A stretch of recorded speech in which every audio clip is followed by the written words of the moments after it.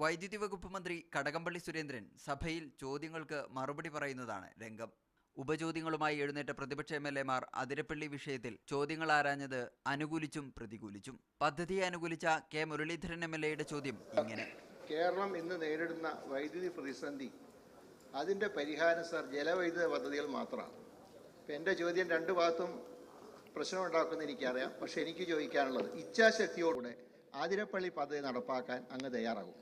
എന്നാൽ പ്രതികൂല അഭിപ്രായമുള്ള VT Balram MLA ചോദ്യം മാത്രമല്ല, തന്റെ എതിരഭിപ്രായവും സഭയിൽ രേഖപ്പെടുത്തി. അതിരപ്പള്ളി പദ്ധതി ഏതാണ്ട് 1500 കോടി രൂപ ചെലവ് ഇപ്പോൾ തന്നെ പ്രതീക്ഷിക്കുന്ന ആ പദ്ധതിക്ക് അപ്പുറത്ത് ഇത്രമാത്രം ഒരു എൻവയോൺമെന്റൽ ഡിസാസ്റ്റർ ആകാൻ സാധ്യതയുള്ള പദ്ധതിക്ക് അപ്പുറത്ത് ഭാവനാ സമ്പന്നമായിട്ടുള്ള ബദൽ ഊർജ്ജ സാധ്യതകളെ തേടാൻ ഗവൺമെന്റ് തയ്യാറാകുമോ? അതിരപ്പള്ളി പദ്ധതി എന്നേക്കുമായി ഉപേക്ഷിക്കണം എന്നാണ് എന്റെ അഭിപ്രായം. ആ അഭിപ്രായം ഗവൺമെന്റിന് സ്വീകരിക്കാൻ സാധിക്കുമോ?